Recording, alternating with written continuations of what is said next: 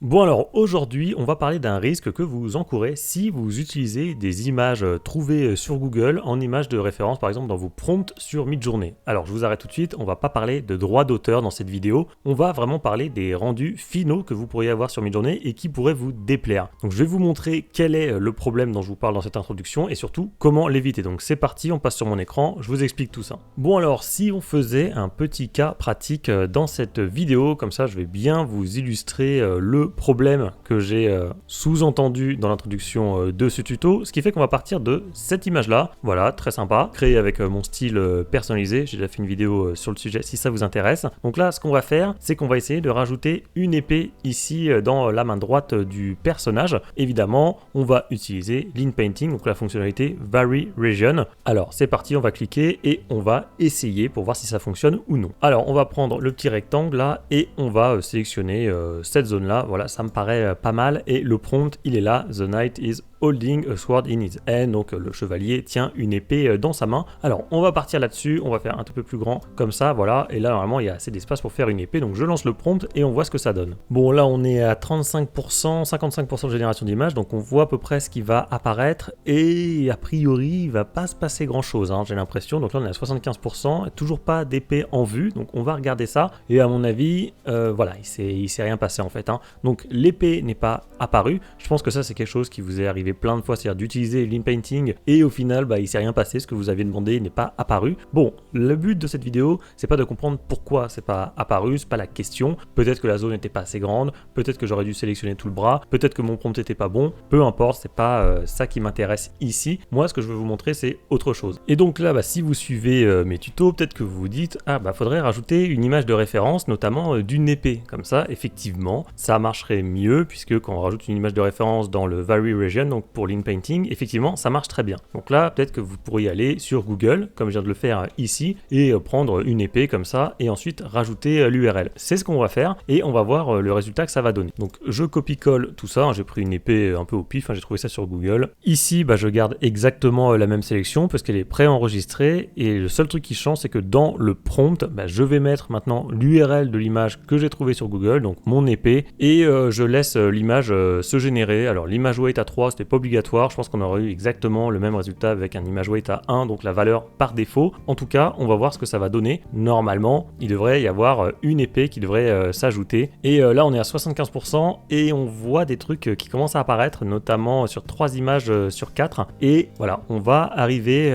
au cœur du problème. Donc là je vais vous l'ouvrir en grand, alors c'est dommage que celle en bas à gauche n'ait pas marché, et là forcément ça vous saute aux yeux. Le problème qu'on a principal, on va surtout regarder celle-là, on remarque toutes, c'est que évidemment Midjourney c'est quand même beaucoup inspiré du style de l'image de référence qu'on avait donnée, et forcément comme on a pris un truc un peu à l'arrache sur Google, c'était compliqué de trouver exactement le même style. Donc ça c'est un problème qui est vraiment récurrent, c'est que quand on va chercher des images sur Google pour essayer de donner certaines positions ou ajouter certains objets, et forcément le style n'est pas souvent le bon. Alors on aurait pu jouer avec l'image weight et des choses comme ça, peut-être mettre un poids un peu plus négatif, peut-être un 0.5, un 0.3, etc.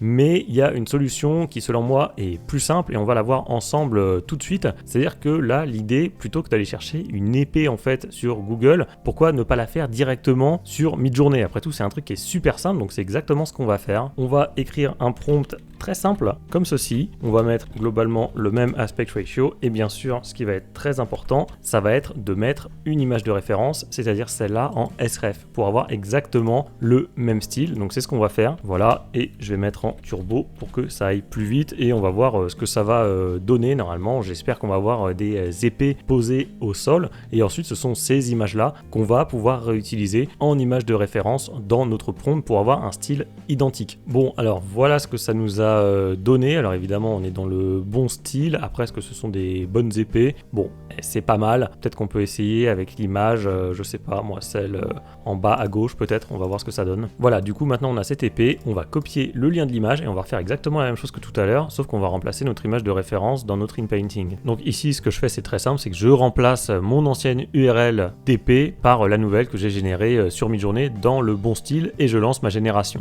Bon alors là l'image est en cours de génération, comparaison et ça m'a l'air pas mal. Alors j'en ai lancé 2 en même temps, comme ça j'avais plus de chances d'avoir le bon résultat, mais déjà rien que là vous voyez, ah ouais là c'est quand même beaucoup mieux, on a des bonnes épées qui sont vraiment dans le bon style, et alors là c'est quand même beaucoup mieux que précédemment. On va regarder celle-là, hein, c'était exactement le même prompt, mais pas grand chose à dire, hein. Je crois que les deux sont vraiment très bien. Donc on va ouvrir celle-là et on va faire la comparaison avec le résultat précédent. Bon voilà notre résultat, donc on l'a fait en live et vous voyez que alors d'une part on a effectivement notre chevalier qui tient bien une épée, donc ça c'est la première chose, celle-là est vraiment pas mal, et en plus de ça on a l'épée dans le bon style. Alors si je ressors l'image précédente, vous voyez la catastrophe que c'était. Donc ça c'est vraiment le gros piège, et parfois en fait c'est vraiment de la paresse en fait, parce que créer une épée sur Midjourney c'est limite plus simple que d'aller chercher une épée sur Google. Et en plus vous allez avoir exactement le bon style, parce qu'en fait pour retrouver exactement ce style là sur Google, mais en fait c'est impossible en fait. Du coup ça c'est vraiment le piège que je voulais vous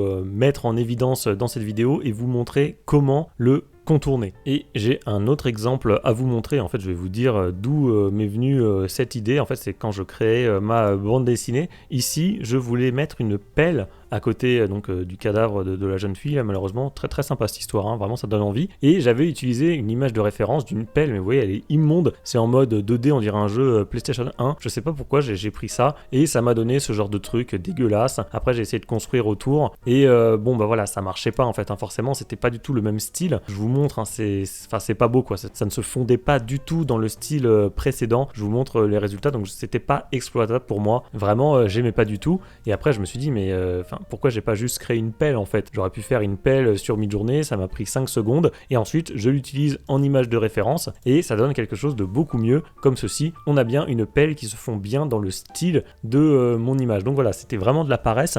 Et après c'est vrai que j'y avais pas pensé, mais en fait c'est vraiment tout con. Donc oui, les images trouvées sur Google, évidemment que ça peut servir et que dans certaines situations c'est utile, parce que évidemment parfois on se sert des images de Google quand on n'arrive pas à mettre notre personnage dans certaines situations ou autres. Dans ces cas-là, quand on n'a pas le choix, pourquoi pas? Je reprends par exemple une image, faut que je vous la retrouve. Voilà, c'était ce personnage là qui était en train de dormir dans des nuages. Bon voilà, c'est assez particulier comme pose, et là je me souviens que j'avais utilisé une image de référence sur Google qui mettait une femme dans les nuages. Donc là ça m'a bien été utile, mais vous voyez il y a 2 images et il y a notamment celle-là aussi que j'avais créée, qui là était dans le bon style de ma bande dessinée avec des nuages. Donc je pense que ça a permis de compenser un petit peu, et c'est pour ça que sur cette image là, le rendu final, on n'a pas ce côté photoréaliste de l'image prise sur Google. Voilà, il y a moyen évidemment de contrebalancer un peu le mauvais style avec un image weight comme je vous ai dit, mais parfois le plus simple c'est simplement de vous créer vous-même votre propre image de référence. Et du coup voilà la conclusion. Alors je vais peut-être me répéter, du coup il est possible d'utiliser des images de référence trouvées sur Google ou autre, mais cette pratique comprend un risque, celui de dénaturer le style recherché. Voilà, possibilité d'atténuer le risque avec le paramètre image weight, ok.